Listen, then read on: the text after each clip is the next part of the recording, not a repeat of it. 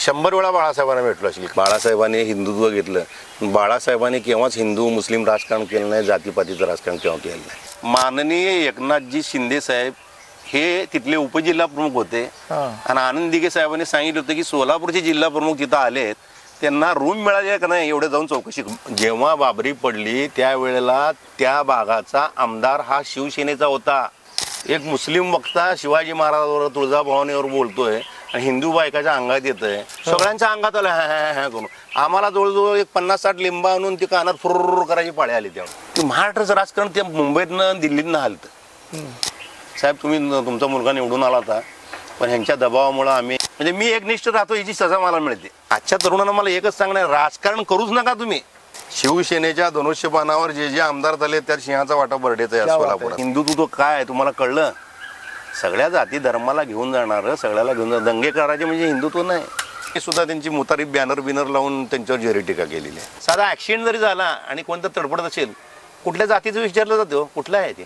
जोपर्यंत आमच्यासारखे कडवड शिवसैनिक आम्ही पक्षात आहे, आम्हाला पद असो नसो, आम्ही ज्या बाळासाहेबांच्या विचाराने छत्रपती शिवाजी महाराजांच्या विचाराने राहणार आहे. निश्चित शिवसेनेचं म्हणजे उद्धव बाळासाहेब ठाकरे शिवसेनेचं भवितव्य निश्चित उज्ज्वल आहे. नमस्कार, ब्रेन न्यूज चॅनलच्या पॉडकास्ट कार्यक्रमामध्ये आपलं सर्वांचं स्वागत. शहराच्या पक्षीय राजकारणामध्ये सगळेच नेतृत्व समोर आल्याचे दिसतात, पण ज्या नेतृत्वाला राजकीय वारसाच नाही पण एक पक्षाचा चेहरा म्हणून शहराच्या राजकारणात एक आपलं वलय निर्माण करणारे पुरुषोत्तम बर्डे हे आपल्यासोबत आहेत. आज आपण त्यांच्याबरोबर चर्चा करणार आहोत आणि त्यांचे बारकावे आणि कौटुंबिक माहिती देखील आपण त्यांच्याशी चर्चा करतोय. आणि त्याच्यामध्ये अनेक असे किस्से पण असतील की ते किस्से माध्यमामध्ये आलेत, पण पडद्यामागचे किस्से पण काही चुटकुले पण आपल्याला ऐकायला मिळतील. नमस्कार बर्डे साहेब. नमस्कार. खरंच आभार तुमचे की तुम्ही आलात आणि आमच्या शब्दाला मान दिलात. बर्डे साहेब, आपला कौटुंबिक परिचय करून दिला तर बरं होईल. कौटुंबिक परिचय, माझे वडील रेल्वेत गार्ड होते. आम्ही एकूण 3 भाऊ. माझ्या मावशीची 2 मुलं मावशी लहानपणी वारल्यामुळं ते दोघं पण आमच्यावर एकूण असा आम्ही 5 भावंड लहानपणी एकत्र माणिकचंद चाळीत एक सर्वसामान्य मध्यमवर्गीय कुटुंबात चाळीत राहिलेलं आहे मी आणि तिथंच वाढलेलं आहे. माझं शिक्षण राष्ट्रविकास शाळेत झालं आहे, नंतर सिद्धेश्वर शाळेत झालं आहे, नंतर नार्तकोटला झालं आहे, नंतर हरिवायला झालं. म्हणजे शालेय शिक्षण 3 शाळेमध्ये झालं. हां, बऱ्याच वेळा नापास झालो ना मी, त्यामुळं शाळा बदलायला. कुठल्या वर्गामध्ये? लोक नापास होत नाही त्या वर्गात नापास झालो मी. जसं की 5वीत. अजून 5वीत नापास झालो, 10वीत नापास झालो, 12वीत नापास झालो. महाविद्यालयीन शिक्षण कुठलं? 12वी मी ह्याला हरिभाई देवकर म्हणून नंतर पास झालो. मग नंतर नाही, पण नापास होण्यामागचं म्हणजे तुम्ही अभ्यासाला वेळ देत नव्हतो की शाळेला वगैरे अगदी? नाही, मी अभ्यासात ढ होतो लहानपणी. हा, अभ्यास म्हणजे माझ्या घरचे सगळे हुशार, सगळे ग्रॅज्युएट, बहिणी भाऊ अतिशय हुशार सगळेजण. काय करतात आता बहीण भाऊ? म्हणजे कामाला कुठे? माझ्यापेक्षा फार मोठे. मी घरात सगळ्यात लहान आहे. 2 भाऊ माझे निधन झालं, एका बहिणीचं निधन झालं. आता मी एकटा आणि माझी मोठी बहीण आहे. अच्छा, म्हणजे असं कुटुंब आहे. वडिलाचं पूर्ण नाव म्हणजे मूळचे सोलापूरचेच की? नाही, आमचे वडील जगाला म्हणून सोलापुरात आले. माझ्या वडिलाचा मला अभिमान आहे की त्यावेळेला 15-16चं वय, 15 वर्षाचं वय असताना वडील माढा तालुक्यातनं उंदरगाव मानेगाव हे आमचं प्रॉपर गाव, तिथनं शिक्षणासाठी म्हणून आपल्या एका वस्त्रांनिशी इथं सोलापुरात पळून आले अक्षरशः. आणि त्यांनी त्यावेळेला इथे शिक्षण घेतलं हरिभाई देवकरना त्या काळात. आणि त्यानंतर ते रेल्वेत सर्व्हिसला लागले. नंतर त्यावेळेला कलेक्टरकडं अर्ज केल्यानंतर भाड्याने रूम कलेक्टर अलॉटमेंट करत होता. तसं आम्हाला माणिकचंद चाळ भागवत थिएटर समोर जी माणिकचंद चाळ आहे शहाची, तिथं आम्हाला रूम आम्हाला अलॉटमेंट झाली. आणि त्या ठिकाणी आमच्या वडिलांच्या किती जरी बदल्या झाल्या तर त्यांनी कुटुंब हलवलं नाही. आणि आम्हाला तिथं मला वाटतं 8 रुपये भाडं होतं. त्या 8 रुपये भाड्यानं वडिलांना 75 रुपये पगार होता. एवढ्या ह्याच्यात आमचं. वडिलाचं पूर्ण नाव? दत्तात्रय दादा बर्डे. दत्तात्रय दादा बर्डे. आणि आई कुठून? म्हणजे आई माढा तालुक्यातल्या पिंपळनेरच्या, लोंढेच्या. हो. हा, शारदाबाई लोंढे, शारदाबाई बाजीराव लोंढे. त्याही शिकलेल्या होत्या. नाही, त्या शिकल्या नव्हत्या. पण वडिलांचं शिक्षण? वडिलांचं शिक्षण प्रचंड. त्यांचं इंग्लिशवर प्रभुत्व, संस्कृतवर प्रभुत्व, हिंदीवर प्रभुत्व. म्हणजे मला सुद्धा अजून इंग्लिश काही बोलता येत नाही. आमच्या घरात तसं म्हटलं तर आमची मुलं मुली भाऊ सगळे बोलतात, पण वडिलांचं इंग्लिश आणि संस्कृतवर प्रभुत्व होतं. क्या बात आहे. हा, म्हणजे एवढं म्हणजे शिक्षण त्यावेळेच्या मॅट्रिक पर्यंत झालेलं. तेव्हा रेल्वेमध्ये जास्त करून ख्रिश्चन्स लोक होती. इंग्लिश चालायचं. रेल्वेची भाषाच इंग्लिश होती त्यावेळेला. म्हणजे जवळजवळ 70-1 वर्षापूर्वी. त्यामुळे वडिलांचं इंग्लिशवर फार मोठं प्रभुत्व होतं आणि संस्कृतचा त्यांना अभ्यास होता. मग साहेब हे सगळं म्हणजे शालेय शिक्षण, महाविद्यालयीन शिक्षण झाल्यानंतर सामाजिक प्रश्नाकडे आलात कसं? मला पहिल्यापासून धंद्याची आवड होती. जिल्हा उद्योग केंद्र जे होतं किनार हॉटेलच्या समोर, आता पण तिथं मोठं ऑफिस आहे. मी तिथं जवळजवळ 35-40 वर्षापूर्वी मुळीची सायकल भाड्याने घेऊन, मुळीक सायकल मार्टची, तिथं उदबत्त्या कशा कराव्यात, मेणबत्त्या कशा कराव्यात, व्यवसाय कसं करायचा, हिची पुस्तक वाचायचं, शिकायचं, अर्ज कशा करावा बँकेला, कर्ज कसं घ्यायचं.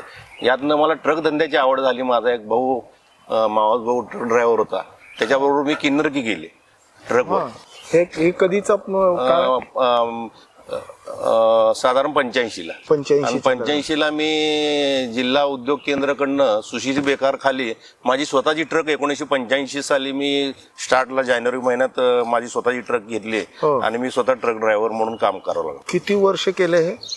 मी जवळजवळ 17 वर्ष ट्रक धंदा केला. 17 वर्ष? 17 वर्ष. 17 वर्षाचा काय अनुभव तुमचा? प्रचंड अनुभव होता. प्रचंड वाईट अनुभव. म्हणजे ऍक्सिडेंट म्हणा, कोर्ट कचेरी म्हणा, भांडण म्हणा, मारामारी म्हणा, भाषा.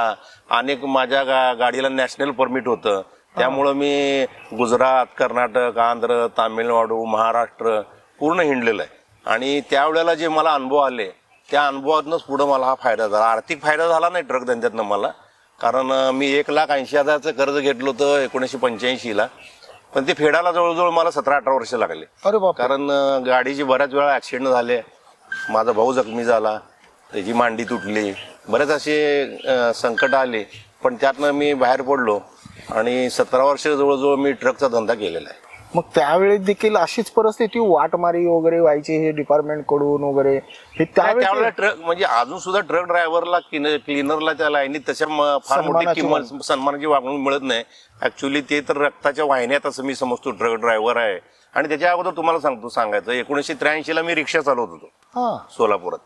मी जवळजवळ 1 वर्षभर रिक्षा चालवली भाड्याने. ती पण त्याला काय तर 12 रुपये 24 तासाला परमिट म्हणून मालकाला द्यायचं होतं.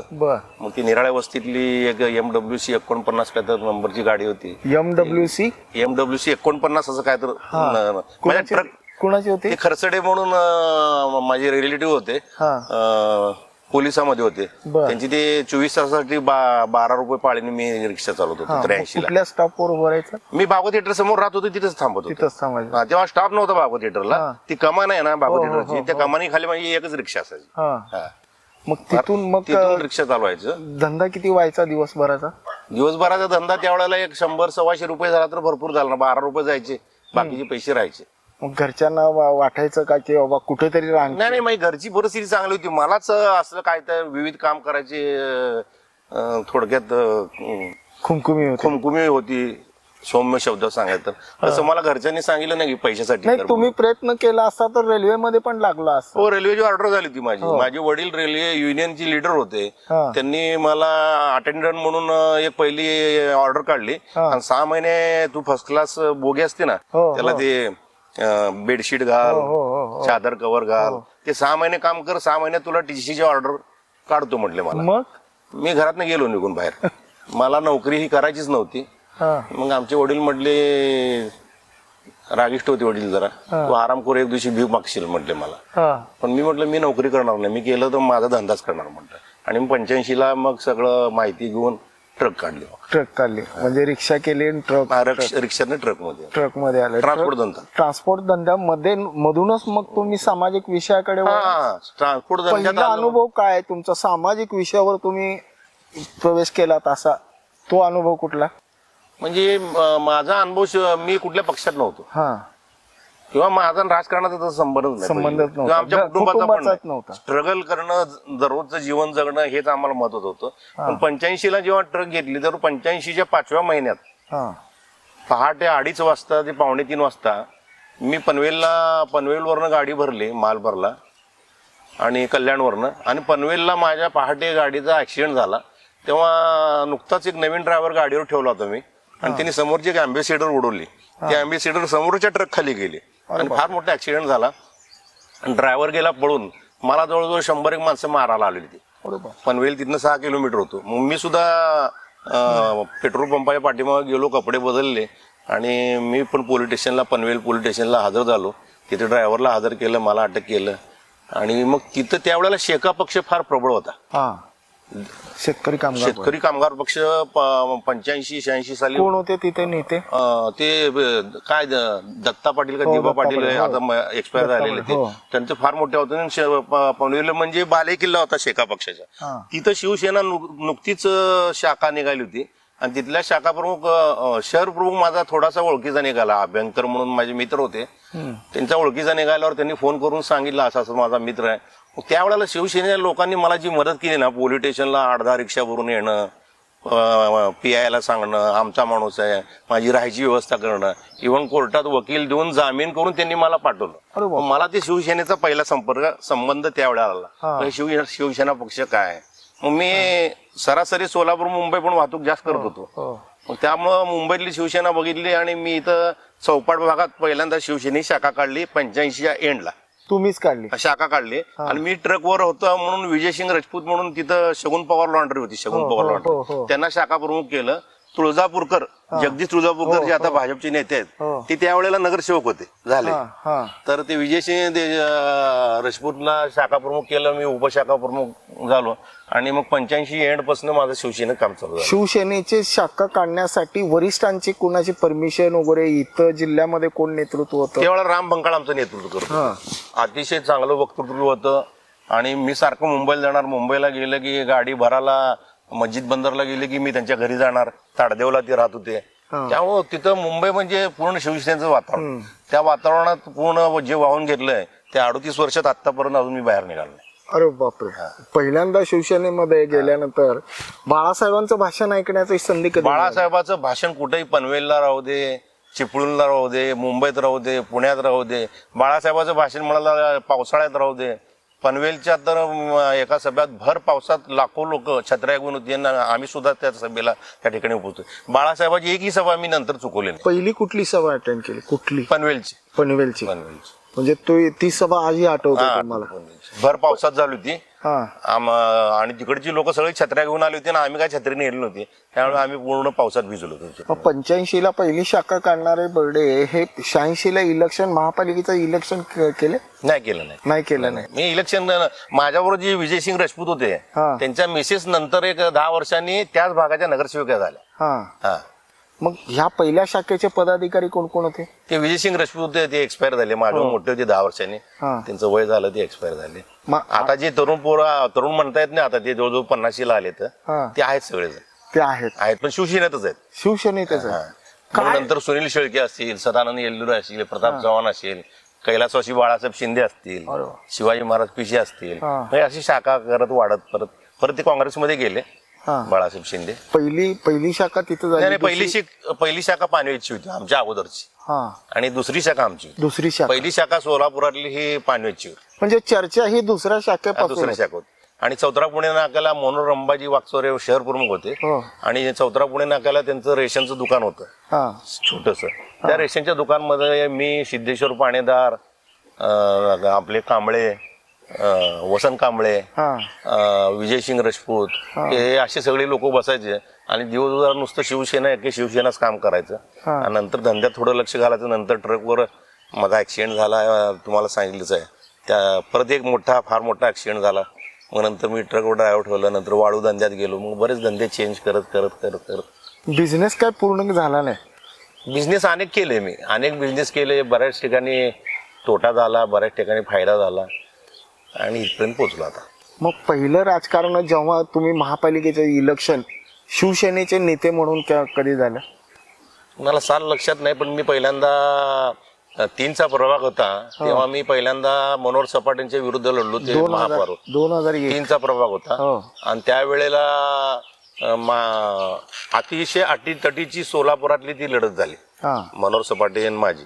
हा आणि 3चा प्रभाग होता एक ज्योतिताई चव्हाण म्हणून मातंग समाजाच्या होत्या आणि एक शहाजी सातपुते म्हणून धनगर समाजाचे होते हो. आणि मी तिसरा, असं आमचं पॅनल होतं. आणि तिकडे सपाटे होते.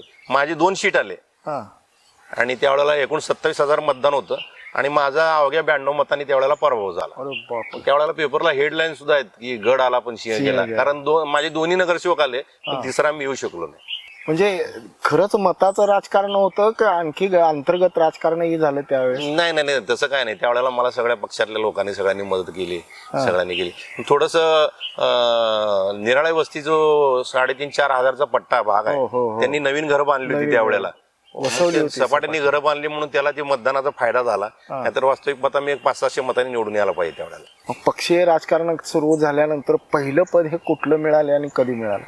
मला पहिलं पद उपशाखा प्रमुख, नंतर विभाग प्रमुख, नंतर उपशहर प्रमुख, कुठल्या पदापर्यंत? नंतर उपजिल्हा प्रमुख, नंतर जिल्हा प्रमुख. मी जवळजवळ 20-22 वर्ष माझ्या आयुष्यात जिल्हा प्रमुख आहे मी. अरे बापरे. नंतर सहसंपर्क प्रमुख आणि आता लोकसभा सोलापूर लोकसभा प्रमुख आता सध्या. असं म्हणतात की बाळासाहेबांची स्ट्रॅटेजीच होती की बाबा काही करायचा निर्णय घ्यायचा म्हटलं तर शाखा प्रमुख किंवा शाखेचा पदाधिकारी आणि जिल्हा प्रमुख यांना विश्वासात घेतल्याशिवाय करायचं नाही. असं खरंच होतं का? नाही नाही, आमच्या वेळेला तर मी माझ्या आयुष्यात मी स्वतःला फार मोठं समजतो की मी काय आमदार नाही किंवा नगरसेवक झालो नाही, पण मी आतापर्यंत माझ्या आयुष्यात कमीत कमी 100 वेळा बाळासाहेबांना भेटलो असेल कमीत कमी. अरे बाप. पर्सनल असं. आणि ज्या वेळेला मी बाळासाहेबांना भेटलो त्यावेळेला जी काय चर्चा होत होती किंवा मी कोणावर गेलो असेल किंवा मी स्वतः वैयक्तिक गेलो असेल, नंतर मी त्यांच्या पाया पडत होतो. पण पाया पडण्याचं माझं होतं, मी कायम बाळासाहेबाच्या पायावर माझं डोकं ठेवूनच पाया पडत होतो. नुसतं असं आता नवीन स्टाईल निघाली असं करायचं की तुझे ते कुठपर्यंत वागतात काय वेळा कळत पण नाही. काय जण वरच वागतात, काय जण गुडघ्यापर्यंत वागतात. पण मी बाळासाहेबांना पाया पडताना त्यांच्या पायावर डोकं ठेवूनच पाया पडले. क्या बात आहे. म्हणजे तितकी श्रद्धा नाही, श्रद्धा होती, आहे आणि राहणार. आणि तेवढी ती म्हणजे त्यांच्यामध्ये नेतृत्वाची कस दिसत होती. नाही, आम्हाला वेळच होतो. आम्हाला असं विचार आला नाही की आमच्या कुटुंबाचा विचार आला नाही, आमच्या आर्थिक बाजूचा विचार आला नाही. आम्हाला केव्हा असं वाटलं नाही की आमची महाराष्ट्रात सत्ता बसेल किंवा आमच्यातले नगरसेवक होतील किंवा आम्ही एवढं मोठं नाव होईल. पण बाळासाहेबांनी जे विचार दिले, जात पात धर्म हा शिवसेनेत केव्हाच पाळला नाही. मी शिवसेनेत 38 वर्ष गेलोय. आता कुठेही गेली की पहिला जात विचारली जाते. दुर्दैव आहे राजकारणात. हा कुठल्या जातीचा, तो कुठल्या धर्माचा.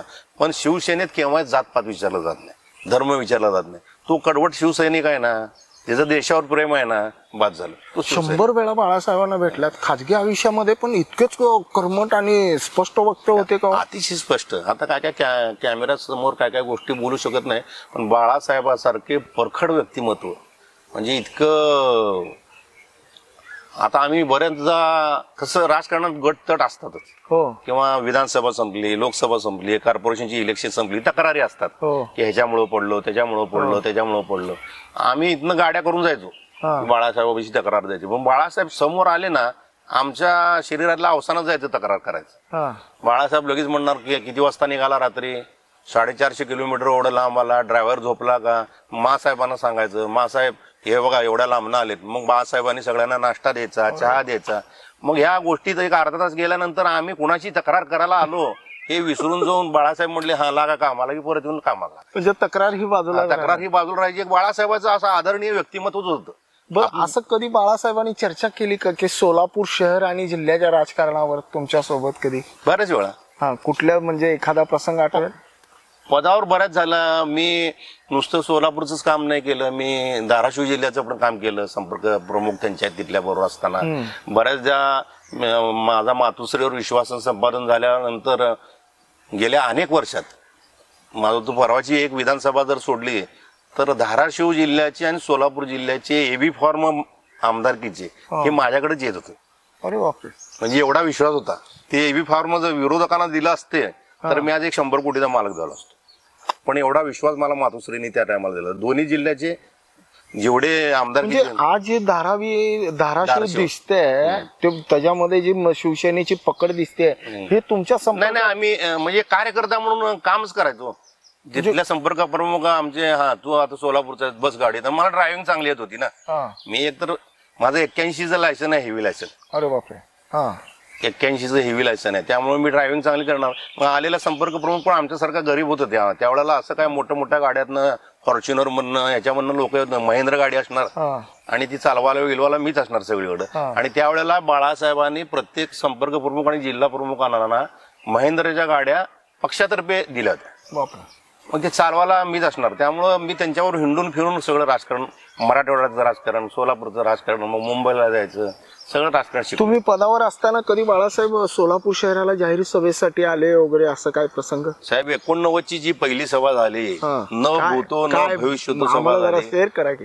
89ला सभा जी झाली त्यावेळेला हे सोलापूर शहर सर्वसामान्य एकही नगरसेवक जेव्हा नाही, शिवशरण पाटील असतील, मी असेल, वसंत कांबळे असतील, सिद्धेश्वर पाणेदार असतील, विजयसिंग राजपूत असेल, अजून तुमचे आता आमच्यावर सध्या म्हटलं तर असले प्रताप चव्हाण हे असतील. तर त्यावेळेला बाळासाहेबांची सभा होम मैदानात झाली होती. बाळासाहेबांची अशी हवा होती की ती सभा होम मैदान आणि आदल्या दिवशी वादळ, वारं आणि पाऊस, अख्खं होम मैदान चिखलाने भरलं होतं. अरे बापरे. आणि त्या सभेला नाही म्हटलं तर त्यावेळेला 1.5 ते 2 लाख लोक 89च्या सभेला त्यावेळेला तिथं होते. आमचा कुठलाही जिल्ह्यात एकही नगरसेवक नसताना म्हणजे काँग्रेसची लोक सुद्धा बाळासाहेबांबद्दल अट्रॅक्शन होऊन सभा ऐकायला आली होती. एवढी प्रचंड. तेव्हा काँग्रेस म्हणजे आमचे कट्टर विरोधक ना, एकच काँग्रेस विरुद्ध शिवसेना. तेव्हा भाजप सुद्धा नव्हतं, आम्हीच होतो त्यावेळेला. 89ची सभा जी झाली ती अत्यंत जोरदार झाली. त्यानंतर शिवशरण पाटलाला तिकीट मिळालं, ती थोड्या मतांनी पडले, 800 मतांनी पडले परत. पण त्या अंगावर काटा आणण्यासारखे त्यावेळेचे प्रसंग आहेत. बाळासाहेब मुक्कामाला तेव्हा हॉटेल नव्हते. शिवशरण पाटलाचा एकच बंगला होता त्यांच्या काकाचा, संतोष नगरला. त्यांच्या बंगल्यावर बाळासाहेबांना उतरायची व्यवस्था केली होती. बाळासाहेब सरासरी, आता मोठमोठे हॉटेल झाले, नेते येतात हॉटेलला उतरतात, बाळासाहेब त्यावेळेला कार्यकर्ते घरी उतरत होते. म्हणजे कार्यकर्ते बऱ्यापैकी असं कधी म्हणजे. आणि त्यावेळेला तुम्हाला सांगतो, आता हे केटी थापा गँगवार मध्ये गाजलेले आनंद दिघे साहेब हे 3 दिवस अगोदर होते आणि त्यांच्याबरोबर आम्ही सभेची तयारी करत होतो. आता जे आनंद दिघे साहेबांचे मोठमोठे पोस्टर लावलेले आहेत, कटआउट लावलेले आहेत एकनाथ शिंदे साहेबांनी, आणि सोलापूरचे काय नवीन शिवसैनिक आहेत की त्या पक्षातले, ते म्हणतात की आनंद दिघे बरोबर पण दिवस रात्र राहिलेला आहे साहेब. आनंद दिघे काय चीज होती, चीज सांगा की काय काय नेमकं म्हणजे. आनंद दिघेंचा चित्रपट बघून तुम्ही प्रत्यक्ष अनुभवलंय. आनंद दिघे साहेबाबरोबर मी अनेक सभा बाळासाहेबांच्या केल्या. कुठल्याच व्यासपीठावर आनंद दिघे साहेब गेले नाही. म्हणजे सभेची पूर्ण तयारी करायची आणि खाली बसायचं. आणि त्यांनी केव्हा वक्तृत्व त्यांच्यापाशी नव्हतं, त्यांनी केव्हा भाषण केलं नाही. पण संघटन बांधणी अशी होती की महाराष्ट्रात जेव्हा मला वाटतं कुठला कायदा निघाला, मोका का कायदा निघाला, तो राजकीय पहिल्यांदा आनंद दिघेला लावला. त्यावेळेला मी एकदा ठाण्यात होतो, तर 10,000 लहान मुलं असतं ना, एक 5-6 वर्षाची, काय म्हणतात ती पहिली किंवा दुसरी असतात, त्या 10,000 मुलांचा मोर्चा निघाला होता की दिघे अंकलना बाहेर सोडा म्हणून. अरे बाप. आणि मी स्वतः, माझे मित्र धनंजय डिकुळे फार जुने, ते आनंद दिघेची खास चाहते, त्यांचा पेहराव सुद्धा अजून सुद्धा आनंद दिघे सारखाच आहे. तर त्यांच्या भाचीला त्यावेळेला ऍडमिशन पाहिजे होतं. या गोष्टीला 20 वर्ष झालं. आम्ही एकदा आनंद दिघेकडे ठाण्याला गेलो. आम्ही ठाण्याला गेल्यानंतर मी जिल्हा प्रमुखच होतो. आता कोणतरी म्हणतील बर्डे साहेब जास्त बोलायला का, पण मी जेव्हा तिथल्या रेस्ट हाऊसला उतरलो, कारण आम्हाला हॉटेल लॉज तेव्हा माहीत नव्हते, तर आम्ही आनंद दिघे साहेबाला फोन केला की उद्याच्याला भेटायला येतो. जिल्हा प्रमुखाला फार मोठी किंमत होती, तर आनंद दिघे साहेबांनी आमचं रेस्ट हाऊस बुक केलं. आम्ही तिथे गेलो, तर आमचे माझ्याबरोबर त्यावेळेला तुमचे मलिक कोंडीबा हब्बू नगरसेवक त्यांनी पण होते बघा. तर तिथे गेल्यानंतर तुम्हाला खोटं वाटेल, सायंकाळी 9-9:30 वाजता माननीय एकनाथजी शिंदे साहेब हे तिथले उपजिल्हा प्रमुख होते, आणि आनंद दिघे साहेबांनी सांगितलं होतं की सोलापूरचे जिल्हा प्रमुख तिथं आलेत, त्यांना रूम मिळाली का नाही एवढे जाऊन चौकशी करू. आणि एकनाथ शिंदे साहेब त्यावेळेला आम्हाला रूम मिळाली का हे आनंद दिघेने आम्हाला पाठवलं म्हणून सांगायला लागले. एवढी व्यवस्था केली. मग नंतर आम्ही आनंद भेट झाली तेव्हा त्यांची. मग आनंद दिघे साहेबांना टाइम विचारला, तर ते म्हणले रात्री 1:45ला या. मी उडालोच रात्री 1:45ला. आणि रात्री 1:45ला त्यांच्या ऑफिस पाशी गेल्यानंतर धनंजय डिकोळेच्या बाचीला ऍडमिशन पाहिजे होतं नर्सरीला, तर प्रचंड गर्दी, लाल दिव्याच्या गाड्या बाहेर, महापौरच्या, स्टँडिंग कमिटीच्या, पोलिसांच्या, लोकांची लाईन लागलेली, आपापले काम सांगायला लागलेले, पाया पडायला लागलेले. आम्ही रात्री 1:45ला त्यांना सांगितलं की अशी ॲडमिशन पाहिजे म्हणून. त्यांनी म्हटले पहिला तुम्ही ठाण्यात राहता ना? म्हटलं हां ठाण्यात. मतदार यादीत नाव आहे का? म्हणजे त्या बहिणीचं मतदार यादीत नाव आहे. आणि ते ॲडमिशन त्यांनी लगेच एका माणसाला सांगितलं आणि एक 4 दिवसात ते ॲडमिशन झालं. आणि मी बघितलं आनंद दिघे साहेबांना असे चालत जरी निघाले पाठीमागनं सुद्धा लोक पाया पडत होते. म्हणजे चित्रपटामध्ये जे दिसतंय ते सत्यात होतं, म्हणजे प्रत्यक्ष बऱ्याच गोष्टी सत्यात होत्या. नंतर त्यांनी आता माल मसाला नंतर परत भरला दुसरा नवीन. आता साजेसा होईल त्यांना प्लस मध्ये होईल, म्हणजे एकनाथ शिंदे साहेबाच्या शिवसेनेला प्लस मध्ये होईल असं माल मटेरियल त्यांनी भरलेलं आहे. पण मला अभिमान आहे, मी आनंद दिघे साहेबांवर काम केलेलं. आता इथल्या लोकांनी बघितलं पण नाही, पण ती भाषणात नाव घेतलं आनंद दिघे साहेब. पण नाव घ्यावं असा माणूस आहे. त्यावेळच्या वेळेमध्ये आताचे ज्येष्ठ नेते म्हणून वावरणारे असे कोण कोण आहेत तुम्हाला आठवतं की बाबा तुमच्या बरोबरीचे आहेत, पक्षप्रमुख होते, जसं एकनाथराव शिंदे म्हणाले की बाबा उपनेते होते, उपजिल्हा प्रमुख होते ते, आणि तुम्ही जिल्हा प्रमुख होते, असा सहवास लाभला, असे कोण कोण आहेत? माझ्यातले मी नारायण राणे साहेबांच्या संपर्कात होतो. एकनाथ शिंदे साहेबाच्या आता येत्या नवीन काळात सुद्धा माझी फार जवळची संबंध आहेत. एकनाथ शिंदे साहेब म्हणजे इथं आले, आता नगर विकास खात्याचे मंत्री होते ना मध्ये, उद्धव साहेब सीएम असताना, तेव्हा मी दिवसभर त्यांच्या गाडीत होतो. माझ्या खांद्यावर हात घालून माझ्याकडे फोटो आहेत, कदाचित फोटो कोण तर टाकले तर आता भेटल्यासारखं असे. एकनाथ शिंदे साहेबांची. गणेश नाईक आमचे संपर्क प्रमुख होते सोलापूरचे, अत्यंत चांगला नेता गणेश नाईक. नारायण राणे बरोबर संपर्क चांगला होते माझे. या सगळ्यांचे वैयक्तिक माझे संबंध चांगले होते. आज कसे आज पण संबंध म्हणजे मी नारायण राणेंनी उद्धव साहेबांवर जी जहरी टीका केली त्यानंतर मी सुद्धा त्यांची मुतारी बॅनर लावून त्यांच्यावर जहरी टीका केलेली आहे. ह्याच्या परिस्थिती ह्या सगळ्या ह्याच्यामध्ये आज जे राजकारण घडतंय किंवा आज राजकारण इकडून इकडं होतंय, हे कसं वाटतं हो साहेब? एवढं असं राजकारण अर्थ नाही आता. म्हणजे तुम्हाला सांगू का, मला तर हल्लीच्या राजकारणाचा जे पक्षांतर असतं ना, इकडून इकडे जाणं, खोटं बोलणं, आम्हाला तिकडे काय मिळालं नाही म्हणून आम्ही इकडे आलो, आम्हाला इकडे काय नाही मिळालं म्हणून आम्ही तिकडे गेलो, सकाळी एका पक्षात दुपारी एका. तर आता मला राग पण येत नाही, किळस यायला लागले. सगळ्याच पक्षातल्या राजकारणातल्या ज्या वाटचाल म्हणा नाही, जे कपडे बदलल्यासारखे पक्ष बदलतात ना, त्या लोकांची किळस यायला लागली. भले कुठला का पक्षातला असं ना, शिवसेनेला म्हणत नाही मी, कुठल्याही पक्षातले असो. आज खरंच एवढे दिग्गज नेते निघून गेल्यानंतर शिवसेना ही खरंच कमकुवत झाल्यासारखी वाटते? मला वाटत नाही. मी आजही सांगतो आणि आज पहिल्यांदा सांगतो तुम्हाला, मी उद्धव साहेब मुख्यमंत्री पदावर गेल्यापासून मातोश्रीला अजून गेलेलो नाही. माझी इच्छा आहे की मी मातोश्रीला जाईन, पण जेव्हा शिवसेनेचा परत एकदा मुख्यमंत्री आदित्य साहेब किंवा उद्धव साहेब होतील तेव्हाच जाईन. अशी परिस्थिती आहे? होणार, 100% होणार. गरज आहे या देशाला शिवसेनेच्या विचाराची.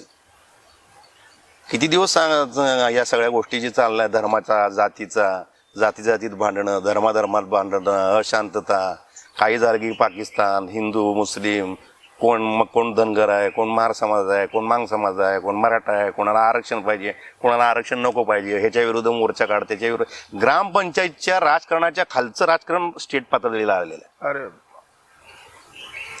पण निश्चित लोक यातनं क्रांती करतील. थोडंसं वाईट काळातनं जावं लागेल आम्हाला, पण जोपर्यंत आमच्यासारखे कडवड शिवसैनिक आम्ही पक्षात आहे, आम्हाला पद असो नसो, आम्ही बाळासाहेबांच्या विचाराने, छत्रपती शिवाजी महाराजांच्या विचाराने राहणार आहे. निश्चित शिवसेनेचं म्हणजे उद्धव बाळासाहेब ठाकरे शिवसेनेचं भवितव्य निश्चित उज्ज्वल आहे. वयाचे 40 वर्ष घातल्यानंतर पक्षीय राजकारणामध्ये झालेला बदल हा वेदनादायी ठरतो. पण ज्या वेळेस विचाराशी, तत्वाशी तडजोड करणाऱ्या शिवसेना हे काँग्रेसच्या बरोबरीला जाऊन बसते, त्यावेळेसची भूमिका काय होती? काय वाटलं तुम्हाला वरिष्ठाच्या नेत्याच्या ह्या निर्णयाविरुद्ध?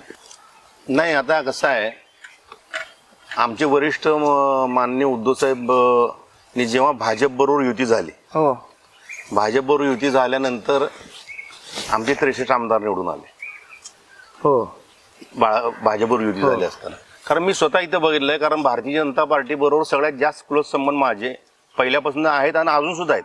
आता आम्ही महाविकास आघाडीमध्ये जरी असलो, मैत्री म्हणून संबंध आहेत, पण भाजप बरोबर जसे क्लोज संबंध आहेत कार्यकर्त्यांबरोबर, तसे माझे पहिल्या म्हणजे मी लिंगराज वल्ला साहेबाबरोबर त्यांच्याबरोबर काम केलेलं आहे. भाजपने निवडणुकीत जो धोका दिला ना, शिवसेनेचे उमेदवार पाडायचे अपक्ष उभा करून त्या इलेक्शनला, म्हणजे शिवसेना येऊन द्यायची नाही, स्वतःची जास्त आणायची, स्वबळावर लढवायची. जो पाठीत खंजीर उद्धव साहेबाचा बसला तो सत्य आहे. तो उद्धव साहेबांना राग आहे. मग ते अमित शाह साहेब असतील किंवा देवेंद्र फडणवीस, ते मोठ्या लेवलचे आहेत. त्यांनी काय बोललेत, कुठल्या खोलीत काय बोललेत हा विषय. पण आम्ही आमच्या डोळ्यासमोर झालं ना, आमच्या जिल्ह्यात झालं. आम्ही त्या साक्षी आहे. आम्ही डोळ्यांनी बघितलं की शिवसेनेचे उमेदवार पाडण्यासाठी भाजपने केलेले प्रयत्न हे आमच्या डोळ्याने बघितले. पण तेच बाळासाहेब म्हणतात की ज्या दिवशी ही काँग्रेस बरोबर शिवसेना जाऊन बसेल त्या दिवशी मी माझं दुकान बंद करेन. नाही नाही, तेव्हाचा काळ आणि आताचा काळ म्हणजे काळानुसार मग त्या काळात तुम्हाला अजून सांगतो, एक गोष्ट सांगतो, कदाचित ते विरोधकांनाही माहित नाहीये की तशा काळात सुद्धा जेव्हा बाळासाहेबांनी कडवट हिंदुत्व घेतलं होतं, गर्व से को मैं हिंदू हूं, ही घोषणा बाळासाहेब ठाकरेची विलेपार्लेच्या निवडणुकीत तिथं रमेश प्रभू म्हणून उमेदवार उभा राहिले होते. रमेश प्रभू सोलापूरचे संपर्क प्रमुख पण होते. त्यामुळे त्यांचा माझा संपर्क असल्यामुळे मी त्यांच्या प्रचाराला गेलो होतो. तेव्हा गर्व से को हम हिंदू है म्हणून बाळासाहेबांनी त्या इलेक्शन मध्ये घोषणा केली. आम्ही काँग्रेसच्या विरोधात लढलो. त्यावेळेला जनसंघ हिंदूची मतं काढण्यासाठी, काँग्रेस निवडून येण्यासाठी त्यावेळेला जनसंघ सुद्धा तिथं उभा होता. भाजपचा तेव्हा जन्म झाला नव्हता. आणि अशा वेळेला सुद्धा आम्ही ती सीट गर्व से कहो हम हिंदू आहे या वाक्यावर बाळासाहेबांची ती निवडून आली पहिल्यांदा सीट विलेपार्लेची. बाळासाहेबांनी अशा काळात सुद्धा जी स्थानिक काय काय वेळेला आघाड्या असतात, काय काय वेळेला मुस्लिम लीग जी आता फक्त केरळमध्ये आहे किंवा बंगालमध्ये असेल, अत्यंत म्हणजे जातीवादी संघटना आहे मुस्लिम लीग. कॉर्पोरेशनच्या निवडणुकी काही वार्डात शिवसेनेने मुस्लिम लीगची सुद्धा मदत घेतली आहे म्हणा किंवा मॅच्युरिटी राजकारण केलेलं आहे. ठाकरे घराण्याला एक वैचारिक परंपरा आहे किंवा वैचारिक वारसा आहे प्रबोधनकारांचा. तो लहजा कधी बाळासाहेबांमध्ये दिसला का? बाळासाहेबांनी केव्हा जातपात मानली नाही हो. जेव्हा 92ची आपली ह्याची बाबरी पडल्यानंतर जी दंगल झाली, त्यानंतर जी शिवसेना फोपावली महाराष्ट्रात हिंदुत्वाच्या मुद्द्यावर, बाळासाहेबांनी हिंदुत्व घेतलं. बाळासाहेबांनी केव्हाच हिंदू मुस्लिम राजकारण केलं नाही, जातीपातीचं राजकारण केव्हा केलं नाही. आम्ही साक्षी आहे सगळ्या गोष्टीला. म्हणजे साबीरबाई शेख साहेब पण आमचे संपर्क प्रमुख होते. त्यांच्याबरोबर काम केलेलं आहे. गडे, कोट, किल्ले, शिवाजी महाराज, संभाजी महाराज, जिजाऊबाई या सगळ्यांचा तोंडपाठ इतिहास म्हटलं तर साबीरबाई शेख, एक मुसलमानचा माणूस. साबीरबाई शेख जर भाषण करायला उभारले ते तर बायकाच्या अंगात येत होतं, असं भाषण होतं त्यांचं. म्हणजे कसं, म्हणजे देवदासींचा एकदा मेळावा घेतला होता. आमची सत्ता आली होती 95ला. देवदासी बायकांचा मेळावा हुतात्मा स्मृती मंदिरमध्ये. त्यांना महिन्याला 500 रुपये अनुदान जाहीर केलं. आणि सगळ्या देवदासी पूर्ण हुतात्मा स्मृती मंदिरमध्ये 1000 देवदासी आल्या होत्या. आणि दिलीप सोपल त्यावेळेला पालकमंत्री होते, मंत्री होते. आणि आम्ही सांगितलं की साहेबांना, आपल्या ह्यांना काय शेख साहेबांना की साहेब तुम्ही जास्त असं ह्याच्यावर भाषण करू नका, नाहीतर इथं विचित्र प्रकार होईल. ते साबीरबाई शेखनी काय ऐकलं कोणास ठाऊक, जेव्हा ते आई तुळजाभवानी, छत्रपती शिवाजी महाराज ते अख्ख्या सभागृहात जे आले होते ना, त्या आपल्या जोगत्या सगळ्यांच्या अंगात आल्या ह्या करून. आम्हाला जवळजवळ एक 50-60 लिंबा आणून ती कानात फुर्र करायची पाळी आली त्यावेळेला. म्हणजे त्यांच्या भाषणामुळे एवढा फरक पडत होतो, अंगात येत होतो लोकांच्या. म्हणजे साबीरबाईच्या सांगण्याने, साबीरबाईच्या भाषणाने हिंदू बायकांच्या अंगात येत होतं हे मी डोळ्याने बघितलंय. आणि ती लिंबू फोडून शांत बी केलेला आहे. म्हणजे आता काय हिंदुत्व आहे सांगा मला. वक्ता कोण? साबीरबाई शेख. अंगात कोणाच्या येते? हिंदुत्व आणायचे. याचा साक्षीदार मी आहे. मी तेव्हा होतो त्याच्या व्यासपीठावर होतो. ते बायका शांत करायला विष्णू कारंपुरी होते.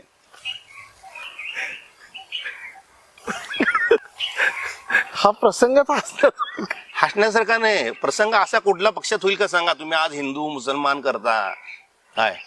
एक मुस्लिम वक्ता शिवाजी महाराजांवर, तुळजाभवानीवर बोलतोय आणि हिंदू बायकाच्या अंगात येतंय.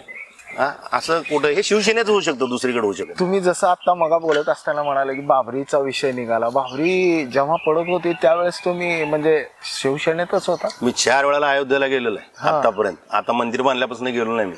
पाडण्याच्या सगळ्या प्रक्रियेमध्ये, सगळ्या त्या विटा पाठवण्यापासून, अंगावर केसेस घेण्यापासून, हिंदुत्वाचं वातावरण त्यावेळेला हिंदू हृदय सम्राट मान्य बाळासाहेब ठाकरे, प्रमोद महाजन, अडवाणी आणि अटल बिहारी वाजपेयी. या लोकांनी केलेलं आहे.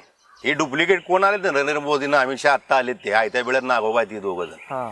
त्यावेळेला आम्ही व्यासपीठावर आहे, त्यावेळेला काय लढलेलं माहित आहे. मी 4 वेळेला अयोध्येला गेलेला आहे, मार खाल्लेला आहे, रस्त्यातनं उतरलेला आहे. आम्ही पोचू शकलो नाही अयोध्येबद्दल. पण मला पण अयोध्या बाबरी पडताना एक सोलापूरची टीम त्या तिथं होत्या ही 100% अभिमानास्पद आहे. पण बाळासाहेब म्हणतायत ते त्या मताशी तुम्ही सहमत आहे का? बाबरी ही सैन्यानेच पाडली आणि त्या कार्यकर्त्यांनी शिवसैनिकांनीच पाडली. जेव्हा बाबरी पडली त्यावेळेला त्या भागाचा आमदार हा शिवसेनेचा होता, पांडे म्हणून. उत्तर प्रदेश मध्ये. हो, तो आता भाजपमध्ये आहे सध्या. त्यांनी ती पाडली आहे. तो आमदार होता पांडे, त्यांनी ती पाडलेली आहे. आणि ही पाडल्यानंतर अडवाणी, सुषमा स्वराज, अटल बिहारी वाजपेयी, नरसिंहराव तेव्हा पंतप्रधान होते. तर यांनी जाहीर केलं की बाबरी आम्ही पाडली नाही, बाबरी शिवसैनिकांनी पाडली असं अडवाणींनी जाहीर केलं.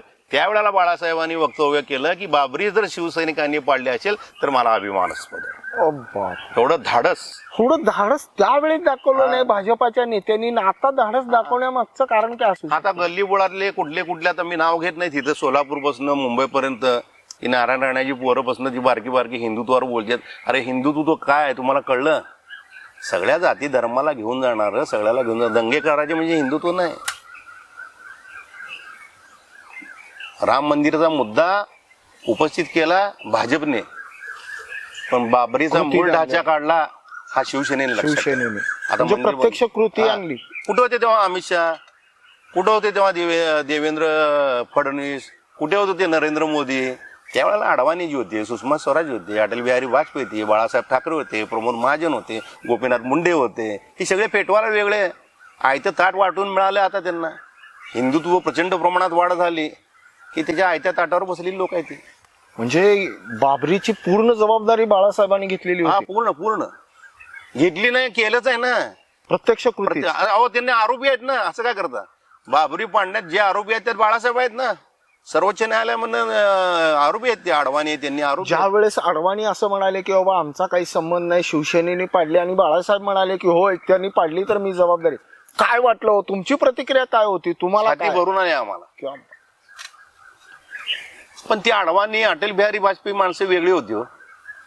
ती शब्दाशी इमानाशी पक्की होती, ही नाही. असा कधी संबंध आला का की साहेब बाळासाहेबांनी त्या नेत्यांना सांगितले आणि त्यांचा संपर्क तुमचा सोलापूरमध्ये आलाय? अडवाणी असतील, वाजपेयी असतील, महाजन असतील. प्रमोद महाजन बरोबर संबंध आलाय, अडवाणी बरोबर संबंध आलाय, अटल बिहारी बरोबर संबंध आले. काय ज्या वेळेला त्यांच्या सभा होत्या ना हो. तेव्हा मी तुम्हाला मग सांगितलं, मी लिंगराज वल्लाळ बरोबर, आणि लिंगराज वल्लाळ म्हणजे बीजेपीचा बॉस. हो.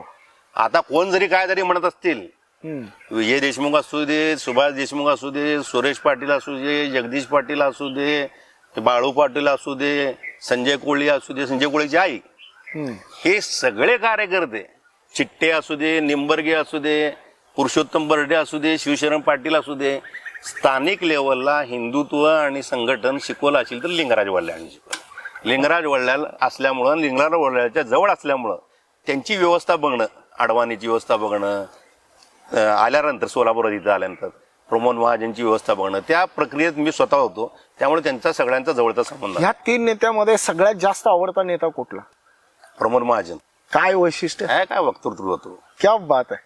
दगड सुद्धा पेटून उठेल असा माणूस होता. ते ब्राह्मण समाजाचा, मी मराठा समाजाचा, तरी मी सांगतो प्रमोद महाजनचे वक्तृत्व, कडकपणा, काय त्यांच्या जवळ उभा राहायला भीती वाटत होती. क्या बात. हांडे प्लॉट मध्ये उपाध्येचा बंगला आहे. प्रमोद महाजनची सभा आणि बाळासाहेबांची सभा होम मैदानावर होती आणि माझ्यावर जबाबदारी प्रमोद महाजनची होती. तर त्या बंगल्यात माणूस येत नव्हता, त्यांना चला म्हणाला. आणि फक्त मी एकटा प्रमोद महाजन होते. काय त्यांचं अंगावर काटेल असं भाषण होतं त्या होम मैदानावर. नाही, त्यांची एक सभा इथेही गाजली, बाळवेस मधली. भरपूर सभा झाल्या ते, भरपूर. बाळवेस का चौक बारीक आहे. खाजगी आयुष्यात कसे होते हो महाजन सर? ते काय कल्पना म्हणजे तुमच्या बाबतीतलं म्हणतोय, तुमचा आणि त्यांच्या संवाद. माझे मग तसे म्हणजे ते नेता आणि मी कार्यकर्ता असे होते. गोपीनाथ मुंडे साहेबांचे माझे संबंध फार चांगले होते भाजपमध्ये. म्हणजे पुरुषोत्तम या नावाने त्यांनी मला ओळखणार, विमानतळावर गेलं तर खांद्यावर हात घालणार, कसं आहे काय विचारणार. त्यांनी केव्हा शिवसेनेचा पण विचार केला नाही. मराठवाड्यातले 80% शिवसेनेचे जिल्हा प्रमुख हे गोपीनाथ मुंडेला आपला नेता मानत होते. तसं आता धनंजय मुंडेचं पण राहिलं नाही, पंकजा मुंडेचं पण साहेब, राहिलं इतक्या दिग्गज नेत्यांबरोबर संबंध असलेले बर्डे हे विधानसभा किंवा विधान परिषदेमध्ये का दिसत नाही? नाही. नशीब लागतं राजकारणात. मी साधा नगरसेवक झालो नाही. माझं विधान परिषदेवर परशुराम उपरकर जेव्हा आमदार झाले हो. त्यावेळेला शनिवारपर्यंत माझा अर्ज भरलेला आहे विधान परिषदचा. हा. मला ट्रेनिंग दिलंय लक्षवेधी कशी घ्यावी. पक्षाने हा. बोरोली कोर्टात पक्षाने येऊन मिलिंद नार्वेकर साहेब आता जे सचिव आहेत, आमदार आहेत, हो. त्यांनी माझं ॲफिडेव्हिट केलेलं आहे. माझं नाव फायनल झालं. हा. आणि मला रविवारी बाळासाहेबांनी बंगल्यावर बोलवलं. मी मुंबईतच होतो ना सगळं करायला. हो. तुमची इस्टेट किती, बायकोचे दागिने किती, ते सगळं फॉर्म भरायला. आणि मला म्हटले नारायण राणे गेलाय काँग्रेसमध्ये, कोकणात आपल्याला कोणी नाही, त्यामुळे मला परशुराम उपरकरला आमदारकी द्यायची, तू जरा थांब. माझा भरलेला अर्ज, दिलेलं ट्रेनिंग कॅन्सल करून परशुराम उपरकरला आमदारकी दिली. त्यांनी 6 वर्ष आमदारकी भोगली आणि नंतर तो मनसेमध्ये गेला. मी अजून शिवसेनेतच आहे आणि मला अजून आमदारकी मिळाली नाही. परत दुसरी संधी कधी आली? नाही आली, तीच संधी होती. पहिलीच एकदा लढलं ना. एकदा माझ्यासारख्या कार्यकर्त्याला शहर मध्यमधनं प्रणितीच्या विरोधात तिकीट दिलं ना बाळासाहेबांनी. त्यावेळेस पण राजकारण झालं. अरे काय राजकारण झालं नाही हो, काय सांगता. मला तिकीट दिलं. मला बाळासाहेबांनी स्वतः खर्चाला 50 लाख रुपये त्यावेळेला पाठवले 15 वर्षापूर्वी. 50 लाख म्हणजे काय असतील. हे लोक म्हणतात ना की मातोश्रीला बॅग दिलेला. मी एक सर्वसामान्य घरातला मध्यमवर्गीय चाळीत राहणारा माणूस, मला प्रणिती शिंदेच्या विरोधात तिकीट देऊन मला 50 लाख रुपये दिले. मला 27,500 मतं पडली त्यावेळेला. पण त्यावेळेस असंही राजकारण झालं म्हणतात की प्रणिती शिंदे यांनी बाळासाहेब साहेबांशी संपर्क साधून जाहीर सभा तुमच्या नाही, माझ्या वेळेला झालं नाही, उद्धव साहेबांच्या सभेत झालं. ते उद्धव साहेबांच्या सभेत मला संगमेश्वर कॉलेजवर उद्धव साहेबांची सभा मिळाली सकाळी 9 वाजता. जवळजवळ 8,000 खुर्च्या टाकल्या होत्या मी 9 वाजता. 6,000 खुर्च्या भरलेल्या होत्या. पण वातावरणामुळं त्यांचं हेलिकॉप्टर तिथनं उडालं नाही. त्याचा गैरसमज यांनी बरोबर त्या राजकीय वेळेत लावून घेतला की मातोश्रीचा पाठिंबा प्रणितीला आहे म्हणून. आणि ते मला पण सगळं जाणवलं. इव्हन बर्डेंनी सुद्धा मॅनेज झाले म्हणून त्यावेळेला अफवा केल्या. आमच्यातली काय फुटलेली लोक माझ्या नावाने एवढे खाल्ले तेवढे खाल्ले म्हणतात. पण आज मी सांगतो, मला त्यावेळेला त्या काळी कोणी माझ्यावर नसताना, आणि मी शहर उत्तरमध्ये राहतो, म्हणजे माझा वार्ड प्रभाग जी काय मतं असतील ती शहर उत्तरमध्ये, मी उभारलो मध्यला, मला 27,500 मतं पडलीत. आणि आता ज्यांनी इलेक्शन लढवलं त्यांना किती पडले विचारा? 1350 का काहीतरी आहे. मी ते सांगत नाही. 1350 आहे. माझ्यासारख्या सर्वसामान्य माणसाला 30,000 पर्यंत मतदान झालेलं त्यावेळेला. असंही म्हणतात की आता तुम्ही जो प्रसंग सांगितला 50 लाख त्यावेळेस पाठवला, असा एक आरोप केला जातो की मातोश्रीवर गिफ्ट सिस्टीम आजही आहे. ते नाही, मी साधं 500 रुपये आतापर्यंत घेऊन गेलो. माझी भेट होणं सगळं होणं. जाताना डिझेलला पैसे देऊ का इथपर्यंत बाळासाहेबांनी विचारलेले. हे आरोप करायला काय असते कोणाला? एवढे पैसे दिले. हे असे आरोप का होतात? आता मला काय माहिती, आता त्यांच्या तोंडाला माहित काय ते मागितले का नाही ते. मला तर माझा वैयक्तिक अनुभव सांगतो ना. मी कशाला खोटं बोलून. मी फाटका माणूस हो. मी 500 रुपयाच्या रूम मध्ये राहत होतो तेव्हा, जेव्हा मी आमदारकी लढवली तेव्हा अवंतीनगर मध्ये F2 बिल्डिंग मध्ये 500 भाडं होतं मला. 50 लाख रुपये म्हणजे चेष्टा वाटतील का? आताही मोठे 50 लाख, त्यावेळेला काय असतील. 2 बॅगा भरून पैसे पाठवले बाळासाहेबांनी. समोरचा मोठा तगडा उमेदवार होता. तगडा उमेदवार म्हणजे उज्ज्वलताई शिंदे पण नुकत्याच पडल्या होत्या. त्यामुळे ताक सुद्धा फुंकून पित होते त्यांनी. 50 कोटी खर्च केले 13 दिवसात त्यांनी. माझे कुठं, माझी ती तर 50 गेले, माझी 50 गेले. मी परत रस्त्यावर आलो. परत तुमच्यासारख्या आशीर्वाद म्हणून इथपर्यंत आलो नाही तर मी भीमगाचीच पाळी होती माझी. नाही, पण ह्या सगळ्या राजकारणामध्ये तुम्ही सगळ्याच पक्षीय नेत्याशी चांगले संबंध ठेवले, मैत्रीपूर्ण संबंध आहे. काय हे जादूची कांडी आहे का तुमचा स्वभाव आहे? तुमच्या जिभेवर साखर आहे का डोक्यावर बर्फ? नाही, स्वभाव चांगला आहे. आपण नाही, विरोधाच्या वेळेला विरोध करायचं. आणि जेव्हा इतर वेळेला काय आपण काय जनावर आहे का, कुत्रे बित्रे या गल्लीनं त्या गल्लीत गेले भांडण करायला? नाही, माझे सगळ्याशी संबंध चांगले आहेत आणि चांगलेच ठेवणार मी. पण माझ्या विचाराला सोडणार नाही, शिवसेनेला सोडणार नाही. बरोबर आहे. तो म्हणजे वैयक्तिक म्हणजे मी बोलू नये, पण मी बघितलंय की तुमच्या विरोधकाबरोबर तुमचे मैत्रीपूर्ण संबंध आहे, पण तुम्ही विचारायला आता काय मी आता जाहीरपणे आत्ताच तुम्ही प्रश्न विचारा हो. परवाच्या इलेक्शनला महेश कोटेला ओपन विरोध केला मी. आता बिचारे गेले, तुम्ही म्हटले की त्यांना आदरांजली माझी, पण ती कारण वेगळी होती ना. मी प्रेस घेतल्यावर तुम्ही होताच ना. आम्ही महेश कोटेंचं काम करणार नाही जाहीर सांगितलं. कोपन विजय देशमुखचं काम केलं महाविकास आघाडीमध्ये असताना सुद्धा. त्यांनी तेवढा शिवसैनिकावर अन्याय केला होता. आता गेलेल्या व्यक्तीबद्दल मी काय त्यात बोलणार नाही. महाविकास आघाडी येणाऱ्या महापालिकेमध्ये एकत्रित असेल मला वाटत नाही असं. वाटत नाही. माझे वैयक्तिक प्रयत्न राहतील असावे म्हणून. म्हणजे राजकीय माझे जे संबंध आहेत ना चेतन भाऊ नरोटे बरोबर असतील, सुधीर खरडंबर बरोबर असतील, असे माझे वैयक्तिक संबंध राहतील की आपण आघाडी करून लढूयात म्हणून. मग वर्ण समजा आलं कसं असतं तुम्हाला एक सांगा पात्रे साहेब, आघाडी करायची का युती करायची हे इथं केव्हा ठरत नाही. तिथंच ठरतं. ते महाराष्ट्राचं राजकारण ते मुंबईतनं दिल्लीतनं हालतं. त्यांनी एकदा ठरवलं गपचूप करा म्हटलं करावंच लागते.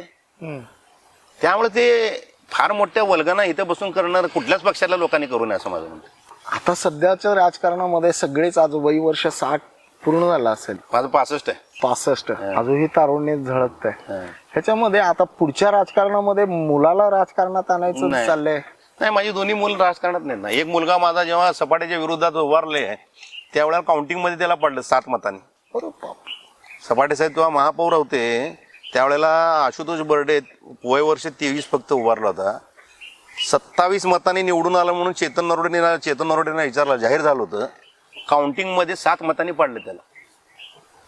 आणि ज्यांनी त्या वेळेला 15-20 वर्षापूर्वी काउंटिंग घेतलं ती आता लोक सांगतात कारण ती महापालिका असतात काउंटिंग करणारे.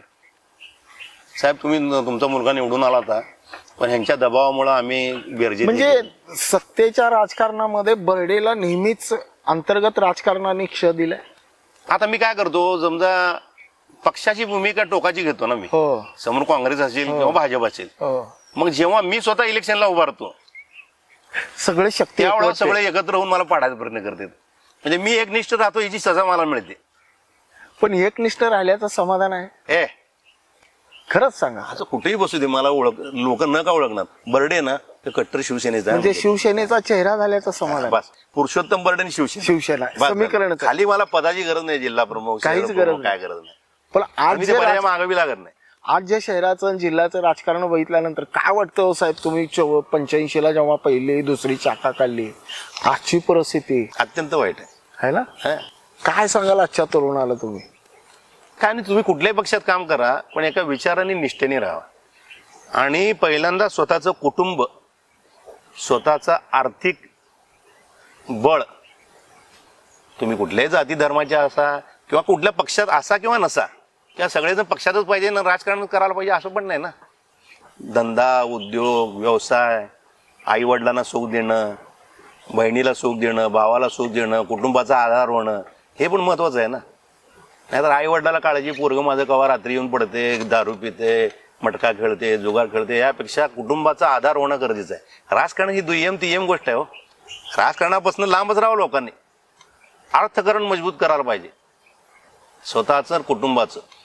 आणि आई बापाला वाटायला पाहिजे ही माझं पोरग, बहिणीला वाटायला पाहिजे ही माझा भाऊ, भावाला वाटायला पाहिजे ही माझा भाऊ. नाहीतर आमचा होय आहे पडलाय बघा तिथं. असं नाही.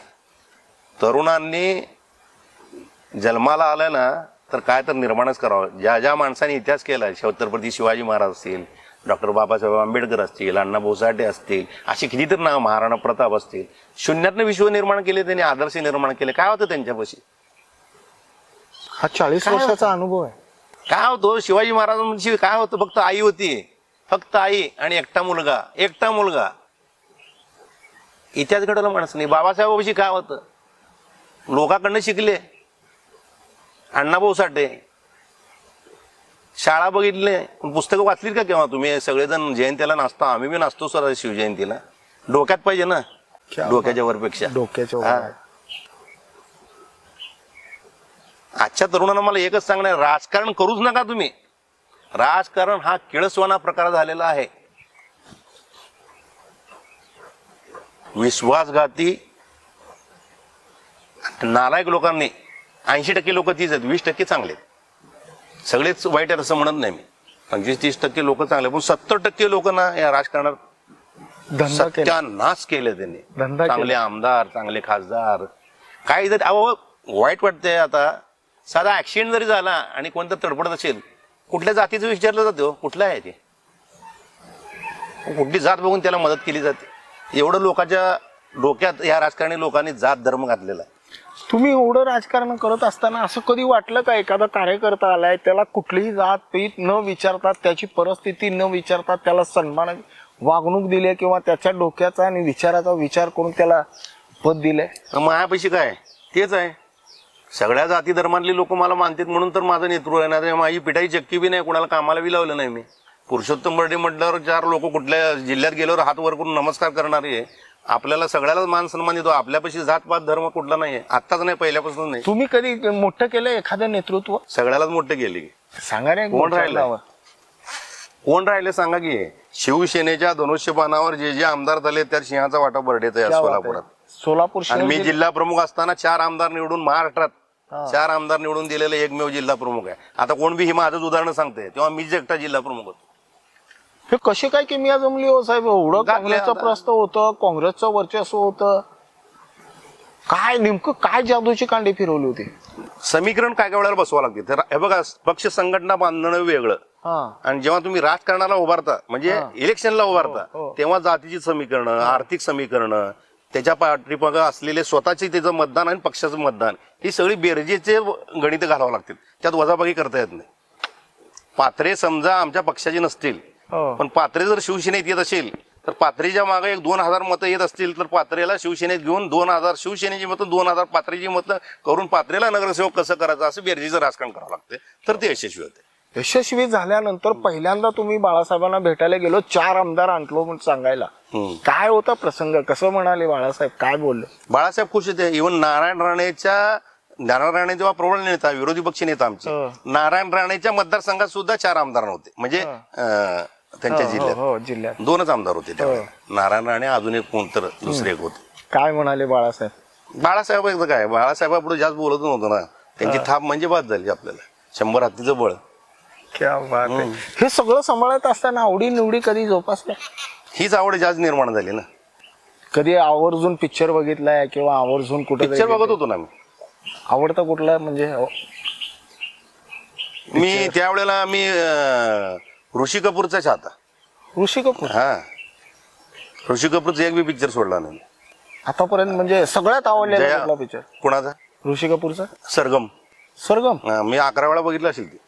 डपलीवाले डपली बजा ते आठवतंय गाणं? हा, 11 वेळा पिक्चर बघितलं हो मला. माझं घरच बागो थिएटरच्या समोर, एक रस्त्यामध्ये. त्यामुळे 12चा पिक्चर संपल्याशिवाय आमच्या घरची झोपतच नव्हते ना. आवाज सगळा आमच्या घरात येता ना. हा, अजंठा लॉज मध्ये माझं घर येत होतं, आहे म्हणजे आता नाही आहे. त्यामुळं आमच्या स्वयंपाकघरात बसलं ना, उमा थिएटरची सगळी गाणी ऐकू येणार. मग 12ला संपल्यानंतरच झोपणार. त्यामुळे सगळी गाणी पाठ आम्हाला. इव्हन मी लहान असताना राज कपूर, राजेंद्र कुमार आणि वैजंत माला संगम पिक्चर साठी आले होते. मी फार लहान होतो तेव्हा. प्रचंड गर्दी झाली होती तेव्हा. आणि सध्याच्या काळात बघितलेला छावा पहिल्या दिवशी बघितलं शेवटचं संध्याकाळचं. आणि त्यावेळेस म्हणजे ऋषी कपूरचे एक बी पिक्चर सोडला नाही. एखादं गाणं आठवतं का कुठलं? काय गाणं? काय की डपलीवाले डपली बजा, एकच तेवढं गाणं. म्हणजे बाकी कर्ज वगैरे कुठले, सागर? नाही नाही नाही, आठवत नाही तशी. पण मी गाणी अशी गुणगुणत असतो मी कुठे प्रवासात जाताना. आवड आहे? आवड कधी जोपासली तुम्ही? बच्चनचं रेखाचं गाणं आहे किती? कुठलं हो सर? कुठलं हो? चांगली कव्वाली आहे की ती, मला चांगली पाठ म्हणत असतो गाणी. कुठल्या गाण्याची आवड आहे, लेझिमची आवड आहे. लेझिमची आवड आहे. लेझिमचं संगीत मला कोणाला समजत नाही तेवढं समजते. कुठल्या मंडळाचे कुठले डाव आहेत सोलापुरात, डाव म्हणजे खेळणं, ते मला माहिती. कोणाचे डाव चांगले आहेत, कोणाचे वाईट आहेत, कोण चांगले खेळते. म्हणजे लेझिमीचे डाव बरोबर आता तुम्ही राजकीय डाव पण सगळ्याचे खेळले. कुस्ती कुठल्या तालमीला? मी नार्तोडच्या तालमीत होतो. नार्तोड शाळा नाही का, तिथं तालीम ती चावीच होती माझ्याकडे. पहाटे 4:30ला जात होतो मी पळत तिथनं आमच्या बाबा थिएटर पासून पळत जायचं. मी आणि मित्रनगरला नंदू पवार म्हणून होता, आता ते पुण्यात स्थायिक झाले. आम्ही दोघं. आणि अनिल पवार म्हणून एक मर्डर झाला पूर्वी गँगवर, आम्ही तिघं कुस्ती खेळायचे. त्याचा मर्डर. किती वर्ष कुस्ती खेळले? मी 1-2 वर्ष कुस्ती खेळलो, नंतर फुटबॉल खेळलो, नंतर हे टेबल टेनिस खेळलो. पण दरम्यानच्या काळामध्ये तुम्ही जिम पण जॉईन केली होती? आता मी आज माझं 65 आहे. वयाच्या 62 पर्यंत मी जिम करत होतो 2-2 तास. अजूनही एवढं मेंटेन ठेवताय नाही आता या वर्षात केलं नाही हा. काय. या वर्षात जरा मला थोडस पोटाचं जेवायचं हे झाल्यामुळं फक्त जेवणावर ताबा आहे. जेवणार तबा एकच चपाती, एकच चपाती. भाज्या जास्त, हा. हिरव्या भाज्या जास्त. आता येणाऱ्या पुढच्या काळामध्ये शिवसेना कुठे आणि कशी बघायला तुम्हाला आवडेल? सत्तेत. सत्तेत. महापालिकेत अवघड वाटतंय, पण वरचं राजकारण कसं काय होते त्याच्यावर अवलंबून आहे. कारण आता महापालिकेत आता जर तिन्ही आमदार हे भाजपचे, कारण वस्तुस्थितीचा अभ्यास करूनच बोलायला पाहिजे, नाहीतर कुठं तरी वल्गना करण्यात अर्थ नाही. एकनाथराव शिंदेच्या शिवसेनेला आयुष्य आहे? नाही, इतक्या विलीन होणार ते कशामध्ये? भाजपमध्ये. हे बाकीत आहे का तुम्हाला खेळी वाटते? एक 7-8 वर्षात, जास्त नाही. भाजपामध्ये विलीन? भाजप त्यांची सगळी लोक विलीन होणार भाजपमध्ये. हा, म्हणजे हे लांबपर्यंत हे लांब लंबी रेस का घोडा नाहीये. हे सगळं पैशावर आणि भाजपवर कळेल. भाजप ज्या दिवशी बटन बंद करेल, सेल काढेल, ज्या दिवशी हा. सेलवर चाललेली गाडी आहे. हो. त्यात भाजपची सेल आहेत. हो. की सेल ज्या दिवशी काढेल त्या दिवशी शिवसेनेवर एवढे तात्विक वार झाले. शिवसेनेचं शिवसेना टिकणार, शिवसेनाच वाढणार. उद्धव साहेब, आदित्य साहेब, तेजस साहेब, आमच्यापाशी एकापासून एक आहेत. त्यांच्याकडे तेवढी पानं नाहीत ना. असा कार्यकर्ता आता जिल्ह्यामध्ये, शहरामध्ये निर्माण होईल का साहेब तुमच्यासारखा? तुमच्या उमेदीनं, तुमच्या विचारानं ज्या आहेत ना, भरपूर जण आहेत. भरपूर. त्यांना वाव मिळाला नाही, मला वाव मिळाला. मी ओळखतो त्यांना चांगला. अत्यंत वाईट परिस्थिती आहे एकेकांची. सिक्युरिटी गार्ड म्हणून काम करतात, माझ्याबरोबर काम करतात. अत्यंत कडवट शिवसैनिक आहेत. एक जण जन्मठेप भोगलेले काही कारण नसताना, पण पॅरोलवर आल्यावर सुद्धा महापालिकेचंच, शिवसेनेचंच काम करतात. त्यांचा त्या मर्डरमध्ये संबंध नाही, त्या गुन्ह्यात संबंध नाही. सोलापूर जिल्ह्यातले सांगायला लागलो आम्ही. शिवसैनिक आहेत, त्या शिवसेनेमुळं आम्ही जेलमध्ये गेलो असं नाही. आणि इलेक्शनला पॅरोलवर येतात मुद्दाम आणि शिवसेनेचा प्रचार करतात. आणि ती शिवसेनेची ताकद आहे म्हणावं मी तर म्हणतो. आम्ही नाही, ती ताकद आहे. क्या बात आहे. सर्वसामान्य कार्यकर्त्यांना ताकद निर्माण करून देण्याची उमेद ज्या नेतृत्वाकडून मिळते, जशी बाळासाहेबांकडून बर्डे साहेबांना आणि बर्डे साहेबांकडून इतरांना, आजच्या तरुणाने देखील ते म्हणाले की बाबा कुटुंब हे प्राधान्यक्रम दुय्यम आहे, 4थ्या स्थानावर आहे राजकारण. समाजकारण 80% आणि 20% हे समीकरणच आहे तुमचं. बर्डे साहेब, तुम्ही आलात, आमच्याशी दिलखुलास चर्चा केलात, त्याबद्दल धन्यवाद, आभार. मोठी चर्चा झाली. खूपच.